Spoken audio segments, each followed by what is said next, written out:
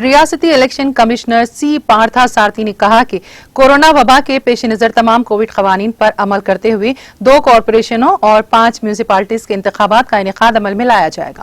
انہوں نے کہا کہ ریاستی حکومت نے تمام کووڈ قوانین پر عمل کرتے ہوئے انتخابی عمل کو جاری رکھنے پر زور دیا ہے۔ ریاستی الیکشن کمشنر سی پارتھا سارتھی نے کہا کہ شیڈول کے مطابق ہی انتخابات منعقد ہوں گے۔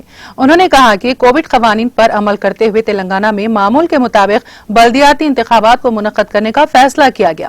انہوں نے کہا کہ انتخابی عمل کے دوران کووڈ قواعد پر پابندی اور احتیاطی تدابیر کے ساتھ عمل کیا جانا چاہیے۔ ریاستی الیکشن کمشنر نے بتایا کہ انتخابات کے پیش نظر شام 7 بجے سے صبح 8 بجے تک عوامی اجتماعات اور ریلیوں پر پابندی عائد کر دی گئی۔ پولنگ سے 72 گھنٹے قبل مہم کو روکنے کا حکم دیا گیا، جبکہ انتخابی مہم 27 تاریخ کو شام 5 بجے اختتام کو پہنچے گی۔